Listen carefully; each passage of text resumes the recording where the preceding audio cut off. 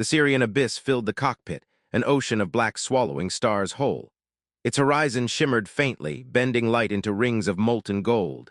Arden Voss sat in the pilot's chair, boots up on the console, half listening to the ship's hum.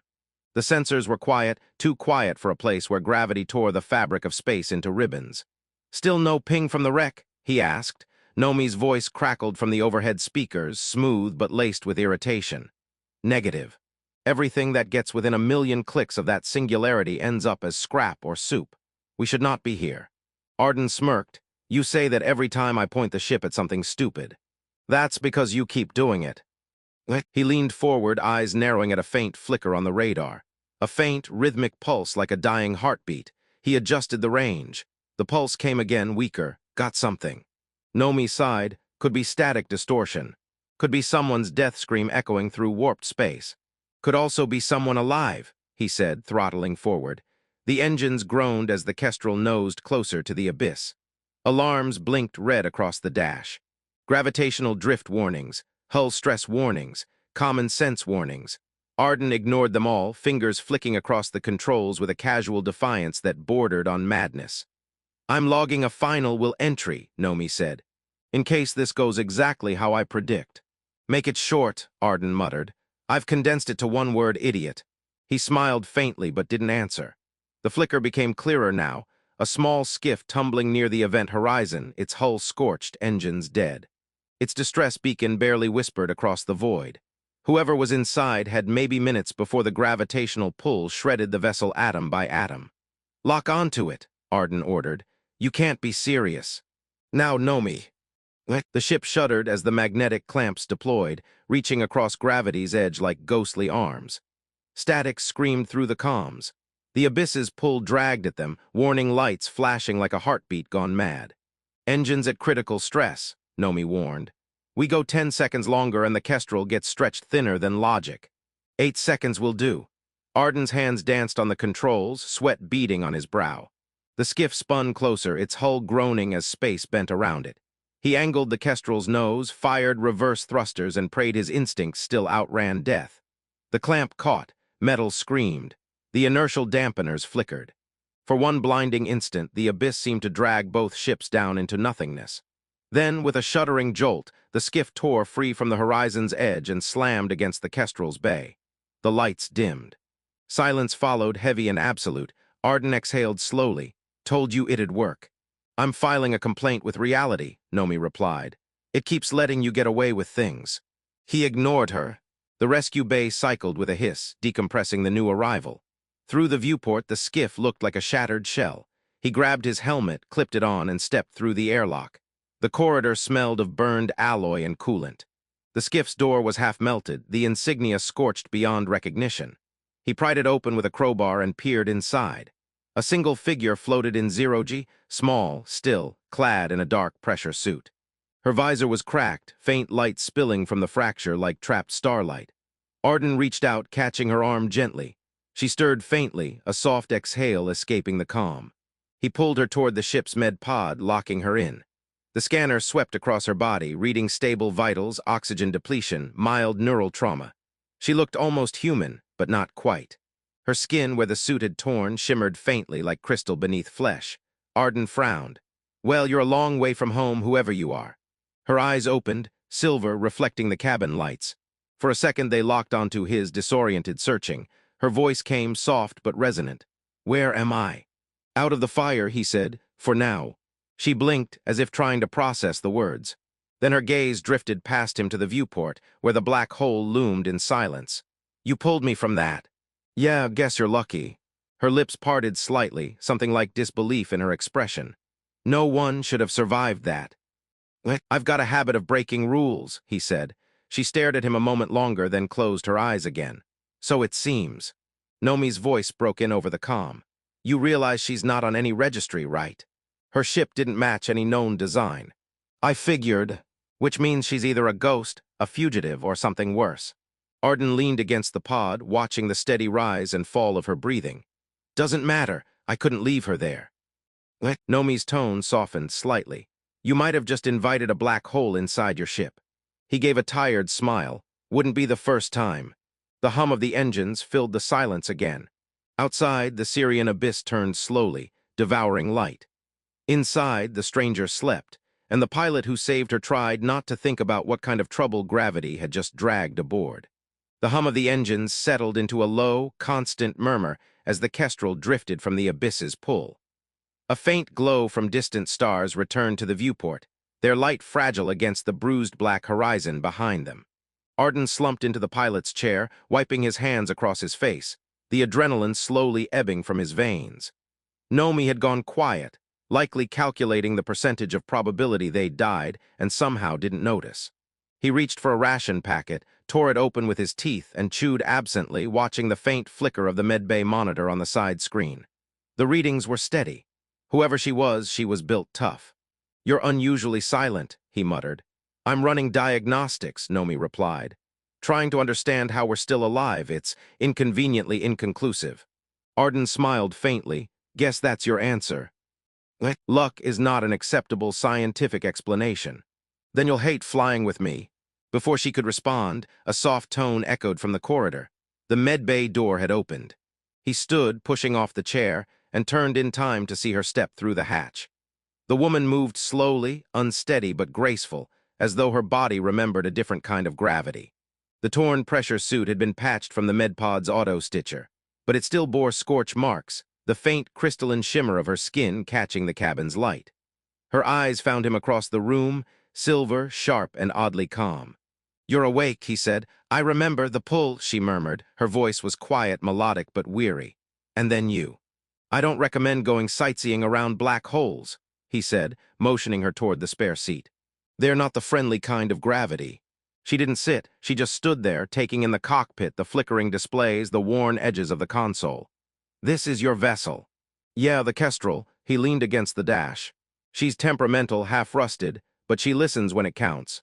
Her gaze drifted to the viewport. "You flew into the abyss to pull me free." "That's what the distress beacon said. You could have died. I've done dumber things." She turned her eyes back to him, studying him in silence for several seconds, as though trying to fit him into a category that didn't exist. "Why?" Arden shrugged. "Someone needed help." "That's not an answer," she said softly. "It's the only one I've got." Nomi's voice broke in, clipped and dry. "Welcome aboard, unidentified passenger. For security purposes, please state your name and reason for nearly killing my pilot." The woman blinked, slightly startled by the voice. Arden waved a hand. "That's Nomi, my ship's AI. Don't take it personally. She hates everyone equally." "I don't hate, I calculate risk factors," Nomi said. "Currently, hers are alarming." The woman hesitated, then lowered her gaze. "My name is Lyra." "That all?" Arden asked. "For now." He frowned but didn't press. Everyone in deep space had secrets. Hers were heavier than most, he could already tell. "All right, Lyra, you hungry?" "I don't require nourishment for several hours yet." "That's a fancy way of saying no." Her lips almost formed a smile. Almost. She stepped closer to the viewport, eyes tracing the starlight bending near the abyss's edge. "It's beautiful," she whispered, "even in its hunger." Arden followed her gaze. "You sound like you've seen a few of these before." "Not like this." She paused, not this close.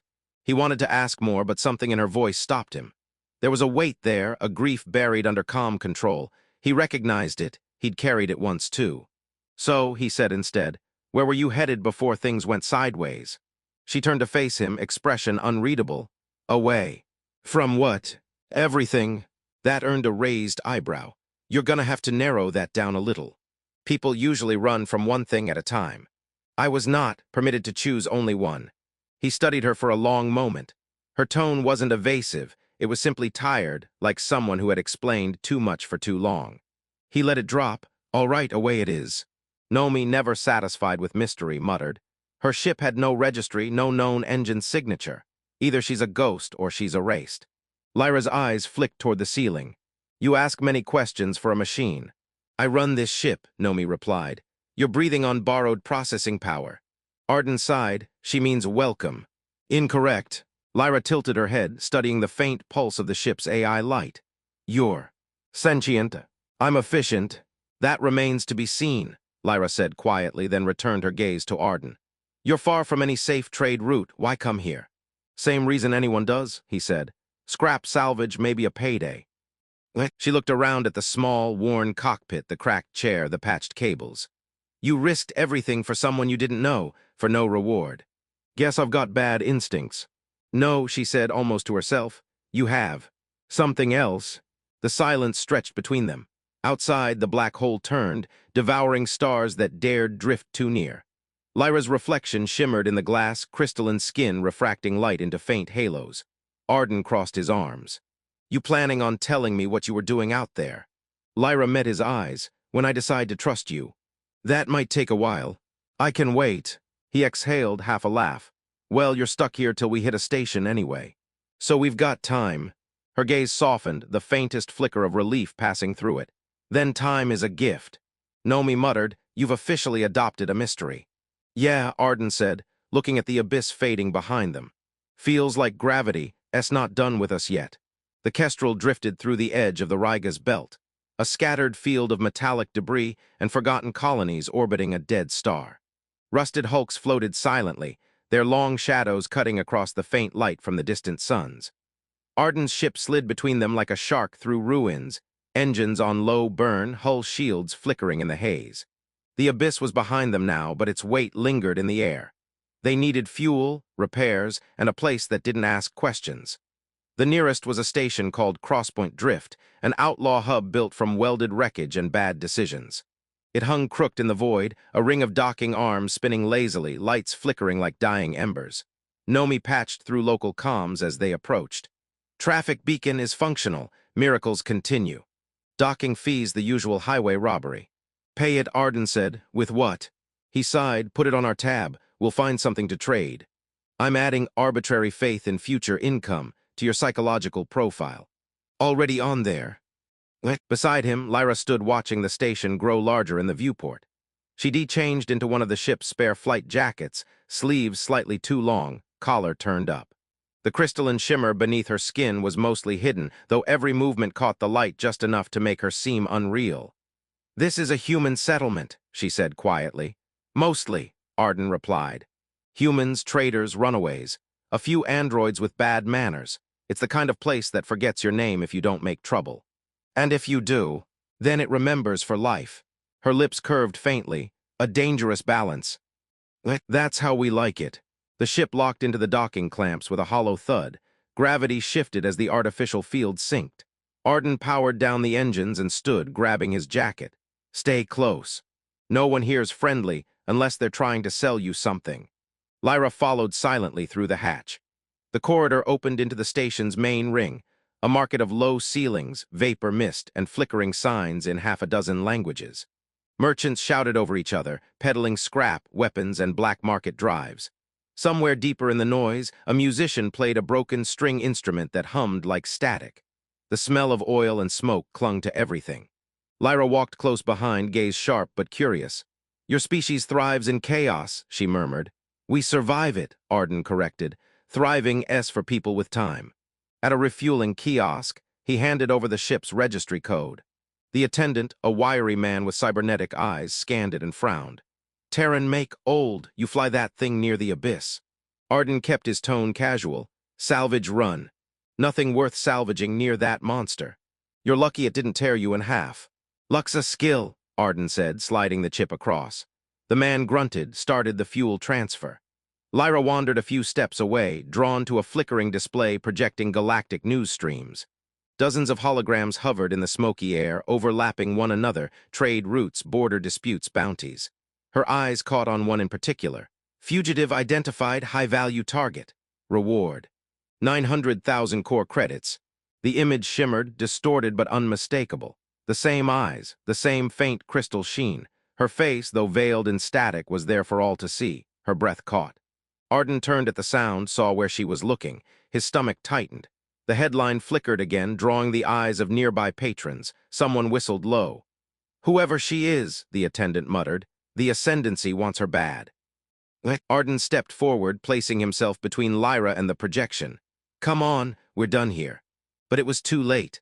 A pair of off-duty mercs at the bar were already watching, murmuring to each other. Their scanners hummed, trying to match Lyra's outline. One of them stood. Nomi's voice whispered through Arden's earpiece. Multiple signals locking, 2 heat signatures armed, you might consider leaving before diplomacy becomes lead-based. Arden's hand brushed his sidearm, working on it. Lyra's voice was barely a whisper. They will come for me. Yeah, he said, looks that way. Then you should leave me. He glanced at her, steady, calm even now. No fear, just resignation, like someone who'd been hunted long before this day. Not how I'm built, he said. The mercs approached, weapons half drawn. One spoke, voice low but edged. That your companion pilot? Why, Arden asked. Bounty tag says she's worth more than your ship. Hand her over, no one gets hurt. Arden smiled without warmth. Funny thing about that. The merc raised his gun. Arden moved first, a quick draw, 2 flashes. The shots weren't lethal, smoke rounds, disorienting bursts that filled the air with sparks and static. People shouted, scattering. Lyra grabbed his arm as he pulled her down a side corridor. Alarms blared through the station. Unauthorized discharge detected, security en route. They ran, boots slamming against metal. Behind them, voices rose, mercs shouting, the echo of pursuit. Arden ducked through a maintenance hatch, sealing it behind them. Lyra's breath came sharp but steady. You shouldn't have done that. Would have ruined my day leaving you behind. You don't know what I am. Starting to get the feeling no one does. Through the hatch window, the bounty hologram still burned, cycling endlessly. Her face, her crime, her value. He met her gaze in the dim light. Guess I just made myself very unpopular. Lyra's eyes glimmered, unreadable. You don't understand what that means. Arden holstered his weapon, already calculating routes back to the ship. Then you'll have to explain on the way. Outside, the intercom crackled with a new order, station-wide lockdown. The doors were sealing, and every corridor filled with red light. She is gone, one murmured. The Empress vanished into the abyss. No one survives its edge. Rumors spread regardless, said another, her tone sharp. Whispers in the border worlds, some claim she lives. Whispers are dangerous, Vern said. His voice carried like low thunder through glass. They make the weak believe the impossible. Then crush them, said a third. Declare her dead, burn the rebel systems that use her name. Vern turned his gaze toward the holographic projection hovering beside him, an image of the fugitive alert, her face flickering with static. He reached out, his crystalline fingers passing through the light. I have declared her dead a dozen times, yet every cycle she returns, a ghost that inspires hope. The council fell silent. Outside the dome, a fleet moved in formation, sleek, black, and silent. Ships with hulls of obsidian glass and engines that bent light around them. The Obsidian Armada, Vern's creation. She cannot be allowed to exist, said one of the counselors softly. If the lower sectors believe their empress defies the abyss, they will rise. Vern smiled faintly, though there was no warmth in it. Then we will show them what defiance earns. A flicker of movement drew his attention to the far end of the hall. A young Velkari officer knelt, his armor shimmering faintly. My lord, intelligence reports activity near the Syrian perimeter. A vessel registered to Terran origin, designation Kestrel, made a gravitational breach maneuver at the event horizon. Vern's eyes brightened. Impossible. Yet confirmed, the officer said. Telemetry places the skiff recovered within the abyss's distortion field. The Kestrel escaped moments before the distortion collapsed. The regent stepped closer, light rippling across his form. Show me. The air shimmered. A projection unfolded, grainy footage from a patrol drone, captured before the abyss's gravity crushed it.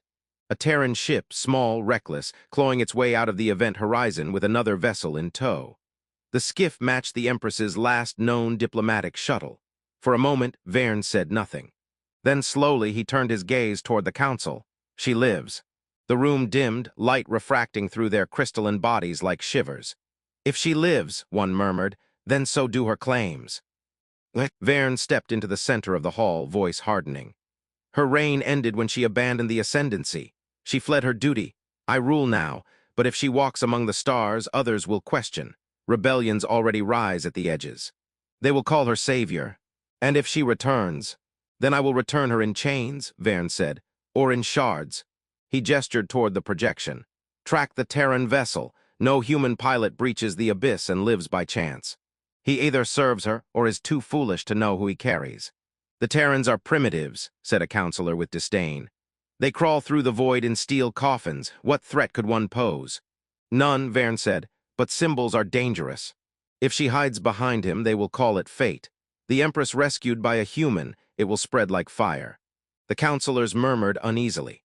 Beyond the dome, gravity lances ignited, blue-white spears of light cutting through the darkness as the armada prepared for deployment. Dispatch the Vigilant Star, Verne ordered. I want every relay scanning for the Kestrel. Intercept all transmissions near Crosspoint Drift and the Ryga's Belt. Any ship matching Terran drive signatures is to be seized or destroyed. The young officer hesitated. And if she is aboard, my lord? Verne turned his gaze toward the nebula beyond the glass.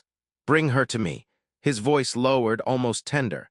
The galaxy must see her bow before the throne she abandoned. A long silence followed. The council dissolved one by one, their light fading from the hall until only Verne remained. He walked to the dais where once the Empress's sigil had shone, an intricate lattice of light that marked her reign. Now it was fractured, half-broken. He reached down, touching the cracked surface with a crystalline hand. You could have ruled eternity, he whispered, but you chose chaos. For a moment, the nebula's reflection shimmered across his face, making it seem almost human. Then the glow hardened again, and his voice returned to command.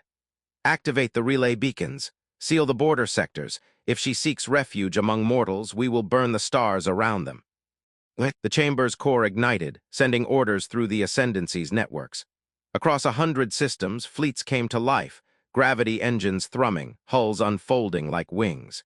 And far from the throne, in the cold edge of lawless space, a single human ship carried the one being he feared most. Verne turned toward the void, his reflection stretching into infinity. Run as far as you like, Lyra, he murmured. Even the dark bends to my reach. The light around him dimmed. The throne of crystal shimmered like a wound in the void, and the region of the Ascendancy stood alone, watching the stars, waiting for the ghost who defied him to make her next move. The alarm still echoed through Crosspoint Drift, sharp and metallic, as Arden pulled Lyra down the narrow service tunnel.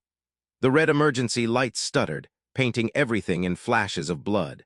His breath came fast, his hand firm around her wrist as they moved through the maze of rusted corridors. Behind them, heavy boots pounded closer. Docking bays 3 levels up, he said between breaths. If we move fast. They've sealed the main lifts, Nomi's voice cut through his earpiece, clipped with urgency. And your path to the docks just got blocked by a squad of mercs. They're sweeping every junction. Arden cursed under his breath. Options. 1, you're not going to like it. I rarely do. There's a maintenance conduit that runs parallel to the reactor core. Radiation levels are unstable, but it's short. Pop out near your bay. Lyra glanced at him, catching the grim set of his jaw. You risk much for me, human. Too late to start keeping score, he said, prying open a hatch in the wall. A wave of heat rolled out, searing against his face. The conduit beyond was narrow, lined with pipes that hissed with volatile pressure. She studied the glowing edges of the hatch, then him. You could still walk away. I'm not built for walking away. Lyra hesitated, eyes unreadable, then followed him inside. The hatch sealed behind them with a hiss. The space was tight, forcing them to crawl on hands and knees. Sparks dripped from damaged conduits, casting fleeting shadows across her face. Arden pushed forward, the metallic tang of heat and ozone thick in his throat. Behind him, Lyra moved without complaint, though he could sense the weight in her silence. The faint crystal glow beneath her skin shimmered brighter in the dark, refracting like starlight on glass. Who are they? He asked after a moment. The ones hunting you. Servants of the Ascendancy, she said softly. They believe their loyalty is to me. It is not. That bounty says otherwise. She didn't answer right away. The hum of the reactor filled the silence. To them, I am a symbol. They would rather see me dead than see me free. He glanced back, brow furrowing. Free of what? Perfection, she murmured. Obedience, the illusion of order. He didn't press. The heat was rising, his palms slick on the metal. How much farther, Nomi? 30 meters, she replied. Then a left turn, 2 more hatches, and you'll hit open deck, unless you cook first. Encouraging as always, Arden said. Just keeping expectations realistic. A low rumble shook the conduit. Arden froze. Lyra's hand brushed the wall, sensing the vibration. They're closing in from above, she whispered. Yeah, I hear it. They reached the junction, 2 paths splitting. Arden went left, trusting Nomi's directions. The heat here was worse. The air shimmered, making every breath taste of iron. A second rumble followed, closer this time. Voices echoed faintly through the pipes. Move, he said, pushing ahead. The next hatch resisted, fused by heat. He braced his shoulder and shoved, metal groaning. Lyra reached past him, her palm pressing lightly against the lock. For an instant, gravity seemed to twist, the air rippling as the bolts inside melted apart. The door slid open with a hiss. Arden stared at her, stunned. "You just—" "Later," she said, already stepping through.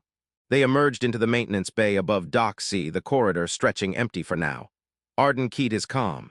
"Nomi, cycle the Kestrel's engines. Warm start." "Already spinning up," she replied. "You've got 60 seconds before the station's lockdown shutters slam." They ran, the bay lights flickered overhead, reflecting off spilled oil and broken crates. The Kestrel waited at the far end, docking clamps still engaged, engines rumbling low. They were halfway across when the bay doors opened. A half-dozen mercs stormed through, armor dark, weapons raised. Arden spun, firing. Blue streaks flashed across the deck. Lyra moved beside him, calm amidst chaos. One of the mercs shouted her name, disbelief in his tone, then vanished as the gravity beneath him warped, dragging him sideways into the wall. Metal buckled, groaned, then snapped. Arden caught his breath. "Remind me not to stand too close when you do that." "Remind yourself not to make me do it," she said. More mercs poured in. Arden sprinted for the ramp, firing bursts to cover their retreat. Lyra moved with him, every motion deliberate, her power flaring only when necessary. The Kestrel's ramp lowered with a hiss, and they dove aboard just as plasma fire scorched the hull. "Go, go!" Arden shouted, the hatch sealed. The deck trembled as the ship tore free from the clamps. Through the viewport, the bay receded, explosions rippling behind them as the mercs' shots struck the walls. "Trajectory locked," Nomi said, punching through the field. The stars stretched into ribbons as the ship blasted from the station's perimeter, leaving crosspoint drift burning behind. Arden collapsed into the pilot's chair, breathing hard. Lyra stood near the viewport, watching the flames fade into the void. "They'll follow," she said quietly. "Let them try," he answered, flipping switches, eyes fixed on the stars ahead. "You've got a hell of a lot of people chasing you. Guess I'm in it now." Her gaze lingered on him, silver and solemn. "You could still turn back." "Not my style." Something flickered in her eyes, respect or maybe sorrow. "Then the galaxy will remember your name, Arden Voss." He gave a tired laugh. "Let's hope it remembers it kindly." Behind them, distant lights flared. Ships of black glass sliding from hyperspace, silent, immense, and hunting. The Kestrel drifted through the blue shadow of a dying star, its light pulsing weakly across the ship's scarred hull. Arden kept the engines low, running silent, slipping through radiation clouds and asteroid fragments. The void felt heavy, thick with the hum of pursuit. Somewhere behind them, the obsidian armada spread through space like a net, patient and relentless. He stared at the navigation display, watching the flicker of static sweep across their trail. "We lost them for now," he muttered. "For now," Nomi replied. Her tone was sharp, her processors strained. "They're mapping your vector. It's only a matter of time before they predict your next jump." Arden rubbed the back of his neck. "Then we keep going somewhere even stupider." "That narrows nothing." He smiled faintly. "Exactly." Lyra stood at the viewport, watching the faint shimmer of radiation curl like fog beyond the glass. The light from the dying star caught the crystalline veins beneath her skin, making her seem more apparition than flesh. She hadn't spoken in hours, though he could feel the weight of unspoken words pressing against the silence. "You haven't asked who hunts you," she said at last. "I figured you'd tell me when you wanted to," Arden said. "I may not get the chance." He looked up at her reflection. "You planning on disappearing again?" "Not by choice." She turned, and for the first time the veneer of calm cracked. He saw exhaustion there, deeper than fear, something ancient and heavy. "The man who commands them, Vern Thal, was once my most trusted advisor. He believed in order and the sanctity of control. I believed in balance." Arden leaned back in the chair. "Sounds like you stopped agreeing. When I spoke against the Ascendancy's dominion, he called it betrayal. I called it mercy. And now he wants you dead. He wants the idea of me dead." Her gaze shifted toward the star, voice quieter. "He can't let the galaxy see that I live outside his chains. My survival means his empire can be questioned." Arden's fingers drummed on the console. "And what's the truth? You really the empress they're saying you are?" Lyra hesitated. The answer came not as confession, but acceptance. "I was, once, before the title devoured everything else." He studied her, the pieces finally aligning, the authority in her voice, the precision in every gesture, the way even silence seemed to wait on her breath. So you're telling me I dragged a queen out of a black hole? Her lips curved faintly. An empress, but yes. He exhaled slowly. You could have mentioned that before the bounty hunters started shooting at me. You would not have believed me. Probably not. He rubbed his temples. So what now? You got a plan for untoppling yourself. She shook her head. No throne can stand on the blood that built it. I sought to end the cycle, but I became its face instead. Nomi cut in, her tone low. Incoming ping. Long-range scan from Vector 329. They've found our wake. Arden straightened. How close? 3 light minutes, closing. Lyra turned from the viewport, the reflection of distant light hardening in her eyes. They will not stop. Yeah, I'm getting that impression. He flipped a switch, plotting a new course. We can cut through the Veil Rift. It's unstable, but if we ride the current. Impossible, Nomi interrupted. That anomaly tears apart anything without a graviton stabilizer. Guess we'll find out if it likes humans. The ship banked, thrusters igniting. The rift loomed ahead, a swirling storm of blue and white energy, space itself twisting into spirals. Gravity distorted, making the stars smear into streaks. Lyra gripped the console, her voice calm but urgent. The pull will crush us. Not if we ride the edge. You've done this before. He grinned, not exactly. The Kestrel plunged forward. The rift's gravity clawed at them, alarms screaming. The hull groaned under pressure. Time blurred, light bent, and for a heartbeat the universe folded in on itself. Lyra's breath caught. Arden. I know, hold on. The ship spun violently, metal shrieking. For an instant it felt as though they were suspended between existence and void. Then silence. The turbulence faded, the stars steadied. Nomi's voice came through, shaken. We survived. Arden exhaled, knuckles white on the controls. Told you it'd work. By definition, surviving does not make something a plan. Lyra turned toward him, eyes wide with something like disbelief. You defied the rift. Just another black hole with better lighting. But her gaze lingered, the faintest shimmer softening the lines of her face. No one has ever flown like you. He chuckled under his breath. You haven't met enough humans. Silence settled, broken only by the hum of stabilizers. Beyond the viewport stretched an uncharted system, dark, empty, beautiful. Lyra looked out into it, then back at him. You should not have followed me this far. Yeah, he said, leaning back in the chair. I get that a lot. She studied him for a long moment, then spoke softly. You risked everything for someone you didn't know. Now you know and you still stay. Why? He thought about it, staring into the void ahead. Because I've flown a long time, Lyra, saved a few lives, lost more. But I've never met anyone worth breaking the rules for. She looked at him, something unspoken in her eyes. An echo of sorrow, of gratitude, of something older than either word. Then the stars themselves may remember you, Arden Voss. He gave a weary smile. Let's hope they spell it right. Outside, unseen in the rift's shadow, a dark shape followed, the first lance ship of the Obsidian Armada, tracking the trail of light the Kestrel left behind. The broadcast began as static. Faint at first, barely distinguishable from the ambient hum of the void. Then, a flicker image coalescing, light bending into focus. Across half the outer systems, pirate arrays and scavenger relays caught the signal. It showed only a glimpse. A human pilot and a figure of impossible grace beside him, her crystalline skin reflecting starlight, her voice breaking through the interference. The Empress lives. By the time the transmission faded, rebellion had already begun. Arden didn't know any of that yet. He stood in the Kestrel's cargo bay, stripping scorched plating from a damaged stabilizer. His hands were stained with sealant, his shirt clinging with sweat. The hum of the reactor pulsed through the deck. Across from him, Lyra moved in silence, tracing patterns across a datapad, schematics, routes, names. A new feed broke through, a trembling reporter in a pressurized dome speaking over sirens. Behind her, soldiers clashed with civilians waving makeshift banners. The symbol was clear, a crystal star broken in two. Arden exhaled. They're fighting in your name? I never asked them to. Doesn't matter, they think you did. She turned from the display, the shimmer beneath her skin dimming.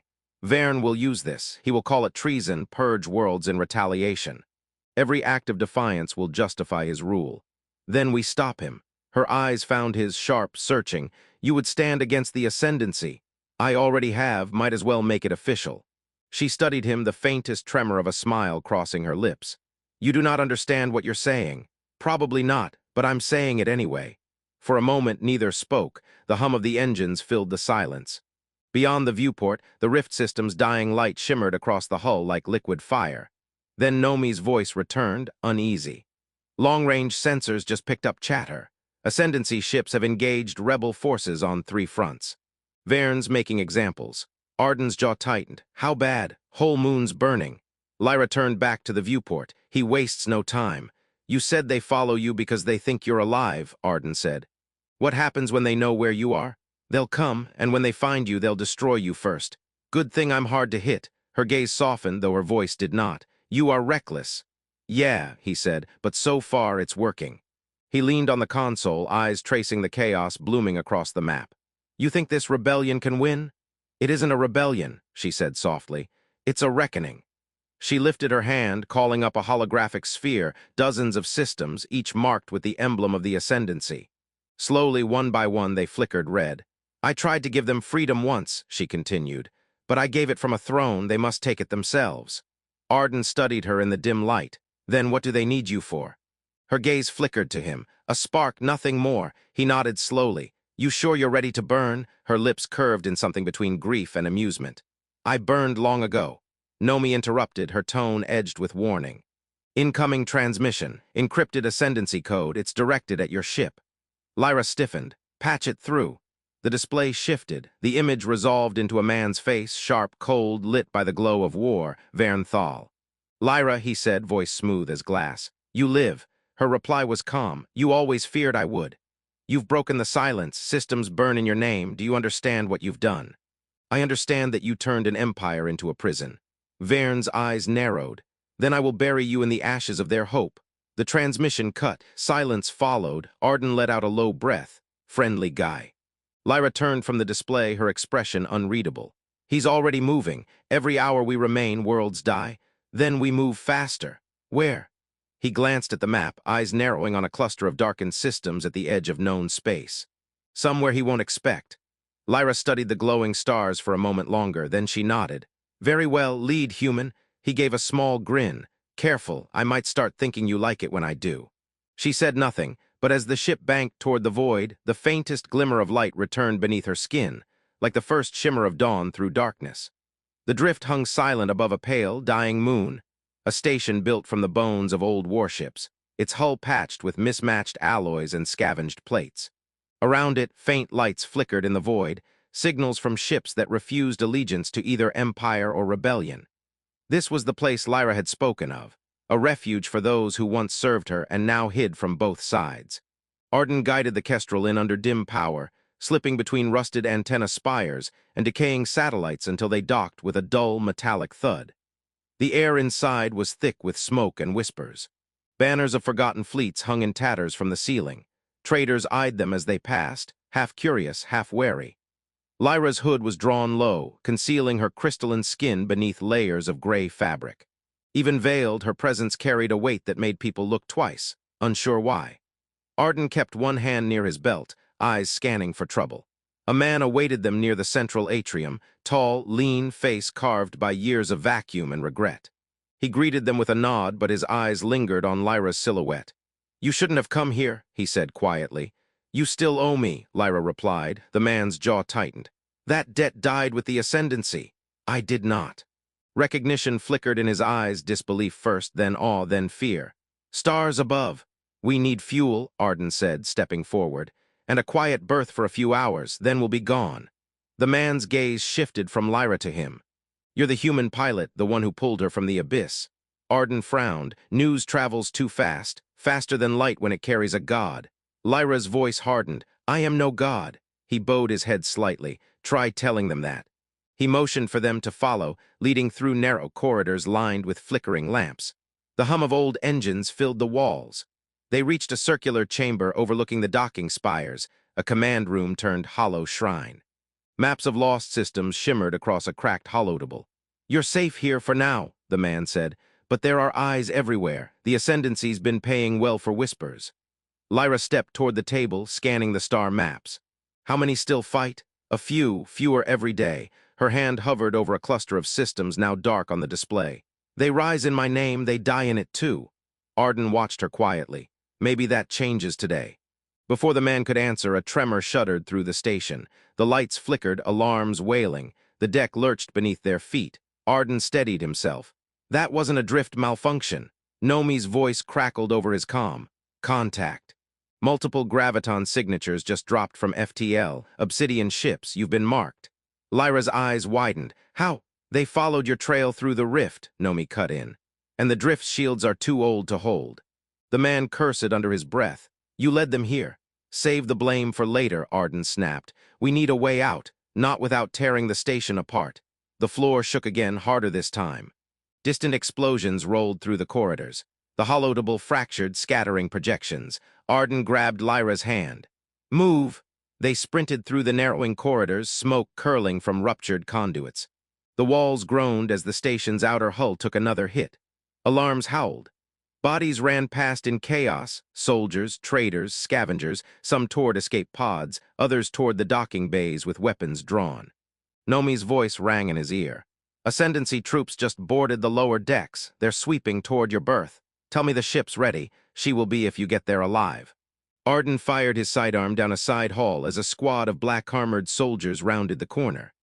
Lyra's eyes flared with light. For an instant, gravity twisted, folding the corridor like cloth. The soldiers screamed as the floor split beneath them, their weapons crushed in their hands. Arden stared, half running, half stumbling. Remind me to never argue with you again. Her voice was calm but hollow. It takes too much from me. They burst into the docking ring. The Kestrel waited, engines spooling with a rising whine. Another blast shook the bay, a lance beam tearing through the station's hull. Air screamed through the breach, pulling debris into the void. Arden dove onto the ramp, dragging Lyra behind him as the bay exploded in a flare of light. Inside, he slammed the hatch shut and threw himself into the pilot's chair. Nomi, burn hard! Engines roared. The Kestrel surged forward, weaving through debris as fragments of the station broke apart around them. Behind, the drift's core detonated, a blinding bloom of white fire. Through the viewport, he saw the obsidian destroyer rising from the explosion, its black hull unmarred. Lances of gravitic light speared outward, hunting. Arden pushed the throttle to its limit. Give me something, Nomi. There's a debris channel forming on the port side. Follow it or we're dead. The ship shuddered through the wreckage, scraping metal, alarms screaming. A piece of shattered hull struck the viewport, cracking it like ice.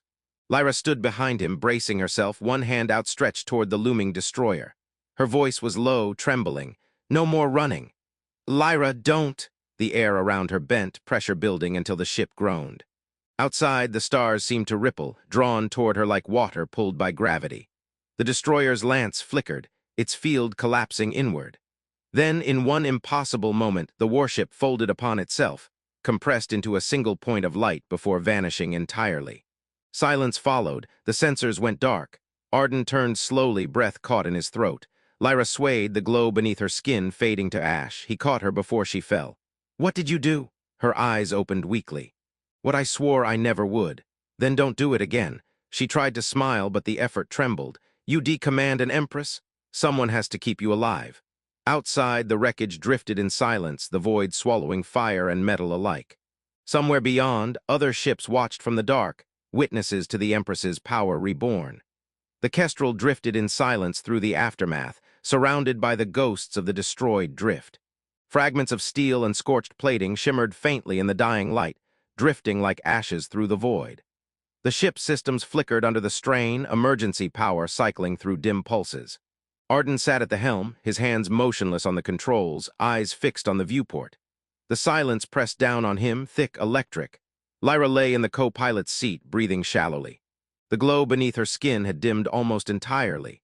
Crystalline veins traced faint light across her hands, pulsing slow, fragile.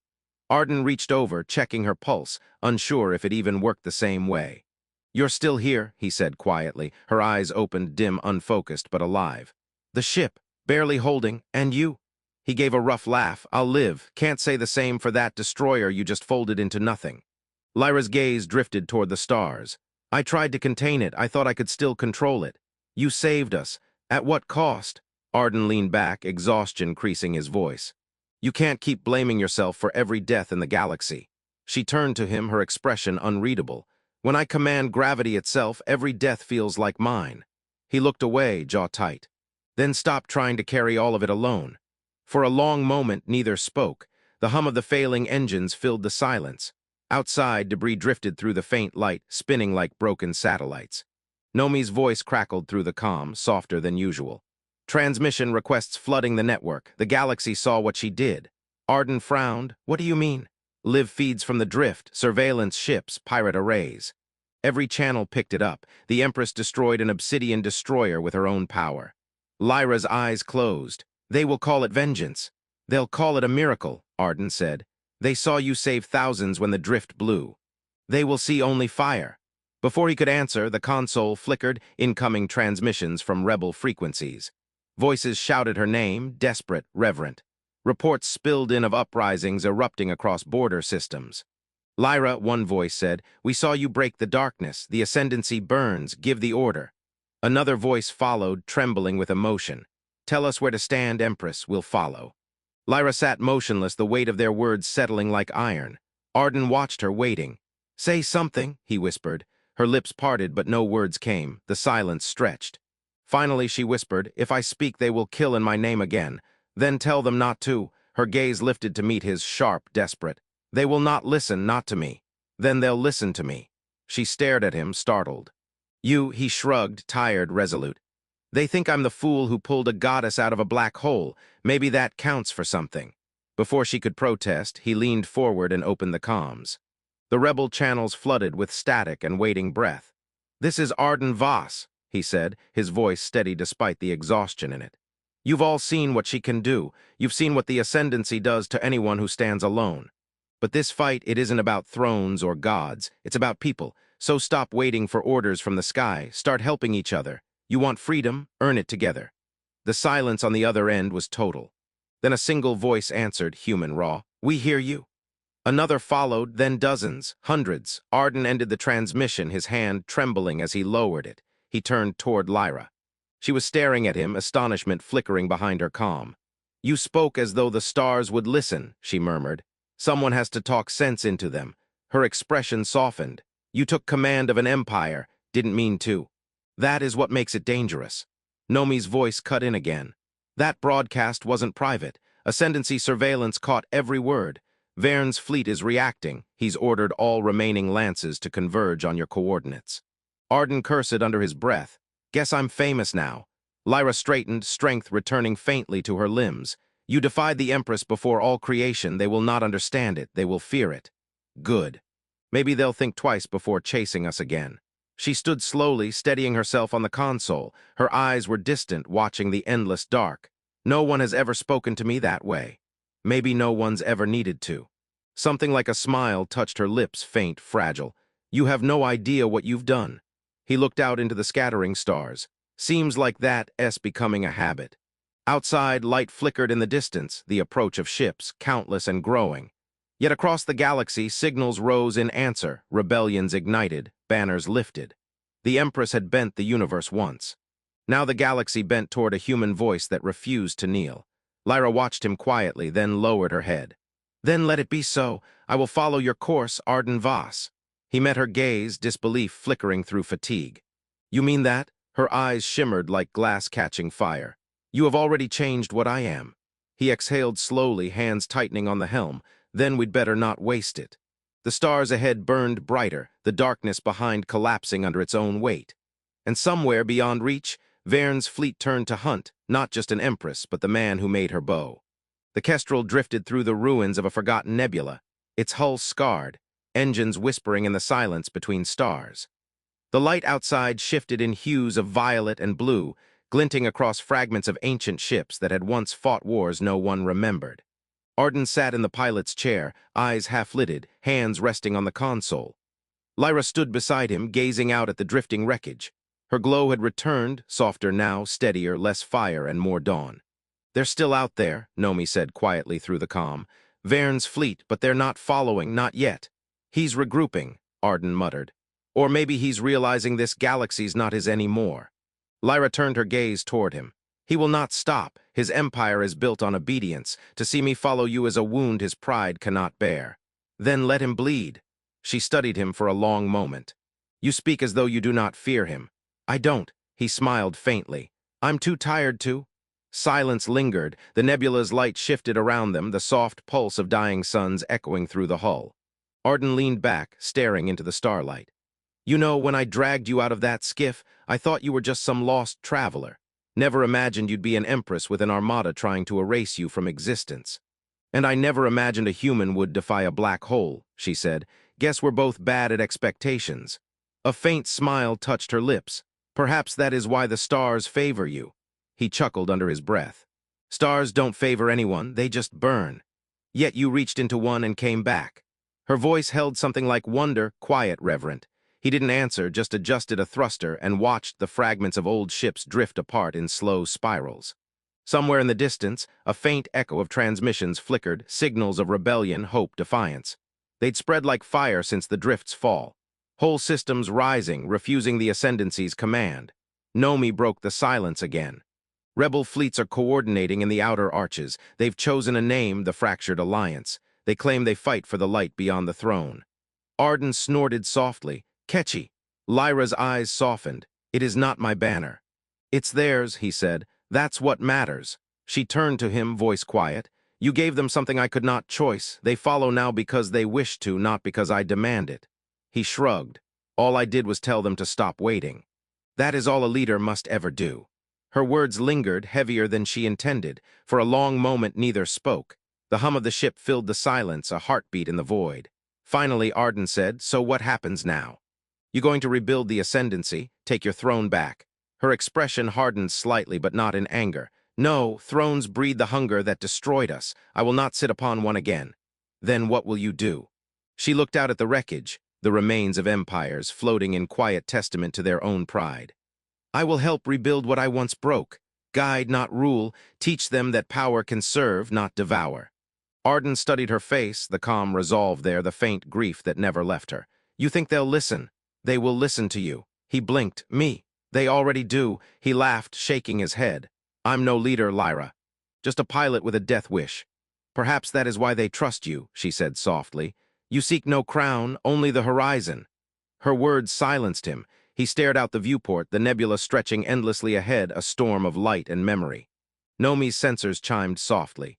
Long-range scans show new signals forming, refuge fleets, civilian transports gathering behind rebel lines. They're calling it the Human Accord. Arden raised an eyebrow. Human Accord. Named for the pilot who convinced an empress to listen. He groaned. They really need better heroes. Lyra's smile deepened, faint and luminous. They have one. He turned to look at her. You're serious. As the stars. He sighed, rubbing the back of his neck. Never thought saving someone would start a revolution. You did more than save me, she said quietly. You reminded me why I wanted to live. The weight of her words sank in. He didn't know how to answer. He just met her gaze and for the first time saw no empress there. Only Lyra. Outside, the nebula parted, revealing open starlight, vast, infinite, untouched. Arden leaned forward, guiding the ship toward it. Nomi's voice came soft, almost reverent. Course, forward, he said. Lyra rested her hand lightly on the console beside his. Where the light leads.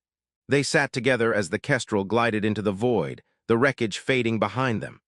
Across the galaxy, new lights sparked to life, rebel beacons, resistance signals, small suns of hope flaring in the dark. For the first time in 1,000 years, the galaxy did not bow to a throne. It looked instead to a reckless human pilot, and the woman who once ruled the stars, now bound not by power but by choice. And as the Kestrel vanished into the endless night, the starlight caught her crystalline skin, and for a fleeting moment it seemed as though the universe itself bowed, not to an empress, not to a savior, but to two souls who had dared to change its shape.